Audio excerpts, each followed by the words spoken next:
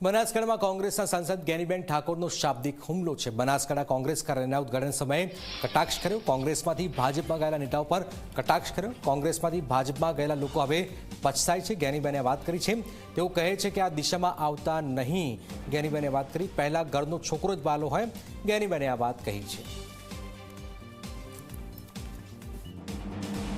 એ પરંપરા ચાલી આવે છે કે પહેલા ઘરનો છોકરો હોય એ જ બાલું હોય અને બહારથી આવેલા હોય ગોડાઉન એને એ પ્રમાણે જ રાખતા હોય।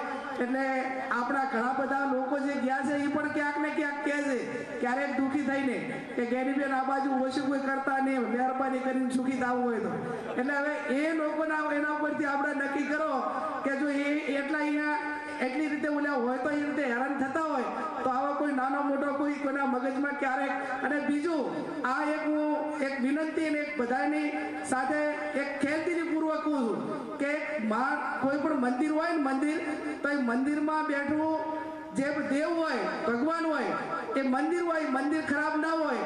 ચારેક સમય સંજોગે કોઈ ભૂવો ખરાબ આવી જાય પણ આગે મંદિર કોઈ ખરાબ હોતું નથી, પણ એ ભૂવાની લાંબી વેલિડિટી ના હોય તો બદલાતા રહે।